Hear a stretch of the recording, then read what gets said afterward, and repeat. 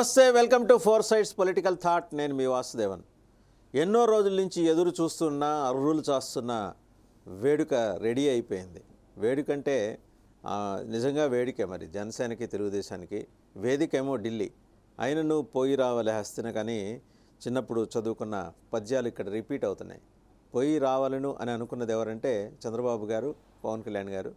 అలాగే వెళ్ళారు, ఇద్దరు కలిసి వెళ్ళారు. అమిత్ షా గారితో కూలంకుషంగా చర్చలు జరిపారు నిన్న రాత్రి. ఈరోజు కూడా ఉంటాయి.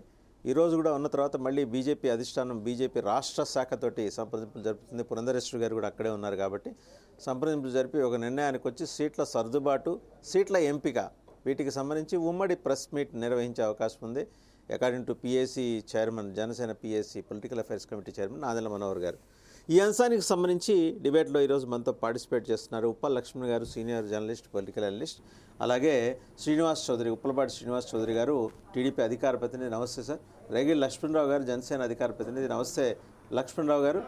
అలాగే ఇంకా మనతో పాటు తిరుత్తణి వేణుగోపాల్ గారు, వైఎస్ఆర్సీపీ అధికార ప్రతినిధి. నమస్తే వేణుగోపాల్ గారు. సో సార్, ఇక సంబరాలు ఓకే అండి, వాయిస్ పెంచుతా అండి. ఓకే అండి, రైట్, వాయిస్ పెంచుతాం సార్. నమస్తే అండి. సో ఈరోజు జరగబోతున్న కార్యక్రమాలకు సంబంధించి ఇంకేంటి నెక్స్ట్ ఫర్దర్గా ఎలా వెళ్ళబోతోంది బీజేపీ వ్యూహం, ఉప్పల్ లక్ష్మణ్ గారిని అడిగి తెలుసుకుందాం. లక్ష్మణ్ గారు, బీజేపీ వ్యూహం ఎలా ఉండబోతోంది? ఎందుకంటే నిన్నటిదాకా బీజేపీ అర్రులు చేస్తోంది వీళ్ళతోటి పొత్తు కోసం అని చెప్పి చాలా విస్తారంగా ఆకర్షణీయమైన కథనాలు వండి వార్చింది తెలుగుదేశం అనుకూల మీడియా. నిజంగానే బీజేపీ అర్రులు చేసిందా వీళ్ళ పొత్తు కోసం?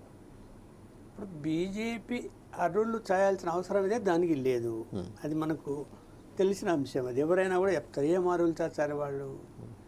వాళ్ళ యొక్క పాలసీలో ఒక మార్పు ఏం జరిగింది ఈసారి అంటే, ప్రతి రాష్ట్రంలో కూడా కనీసం ఒక్కరైనా సరే బీజేపీ పార్లమెంటు సభ్యుడు ఉండి తీరాలి, గెలిపించుకోవాలి. దానికి అవసరమైతే ప్రాంతీయ పార్టీలతో పొత్తులు కూడా పెట్టుకోవాలి. గతంలో పొత్తుల నుంచి వెళ్ళిపోయిన వాళ్ళు తిరిగి వాళ్ళని తీసుకోవాలి. అందువల్ల ఏంటి, ఆ స్ట్రాటజీ ప్రకారము వాళ్ళకి కావాల్సింది పొత్తు లేకపోయినా వాళ్ళ అభ్యర్థి అంటూ ఒకరైనా ఉండాలి అనుకుందాం. ఒకరిని గెలిపించుకోలేరా ఒకవేళ పొత్తు లేకపోతే? ఒకరిని ఎక్కడో ఒకసారి అవకాశం ఉంది కదా. అప్పుడు 3 చోట్ల పొత్తు లేకపోయినా గెలిచే అవకాశాలు ఉన్నాయి. ఉన్నప్పుడు ఒక్క చోట గెలిపించుకోలేరా? 3 చోట్ల ఖచ్చితంగా గెలిపించుకుంటారు. కాబట్టి ఇంకా మిగతా సరే 25లో ఒకటి గెలిపించుకుంటారు అనుకుందాం. 24లో జనసేన, తెలుగుదేశము, వైఎస్ఆర్సీపీ పోటీ పడతాయి, గెలుచుకుంటారు. ఎవరు ఎన్నెన్నో గెలుచుకొని రేపొద్దున కేంద్రంలో బీజేపీని అధికారానికి వస్తున్నది అని నమ్మినప్పుడు లేదా వచ్చినప్పుడు వీళ్ళు ముగ్గురు కూడా బీజేపీ రావాల్సిందే తప్ప వేరే మార్గం ఉంది వీళ్ళకు? లేదు కదా. లేనప్పుడు ఏంటి నష్టంగా? బీజేపీకి నష్టమే లేదు అక్కడ. వాళ్ళకి కావాల్సింది వాళ్ళ సంఖ్య పెంచుకునేటువంటి మార్గాలు అనేక రాష్ట్రాల్లో వాళ్ళు ప్రయత్నాలు చేస్తున్నారు. పెరుగుతాయో లేదో అనేది రేపు ఓట్లు వేసిన తర్వాత మనకు చూస్తాం కల్లారా. ఆంధ్రప్రదేశ్ వచ్చేసరికి అర్రులు చాచింది తెలుగుదేశం, జనసేననే. బీజేపీ అర్రులు చాచాల్సిన అవసరం లేదు. ఇప్పుడు తెలుగుదేశం ప్రచారం కానీ, తెలుగుదేశాన్ని సమర్థించే మీడియా సంస్థల ప్రచారం కానీ ఏముంది? బీజేపీకి ఏముంది? 0.83 ఓటు శాతమే. వాళ్ళు అసలు ఎక్కడ పెట్టినా కూడా ఎవరు గెలిచేవాళ్ళు లేరు, అభ్యర్థులు లేరు. ఇవన్నీ ప్రచారాలు చేశారు ఇప్పటి వరకు.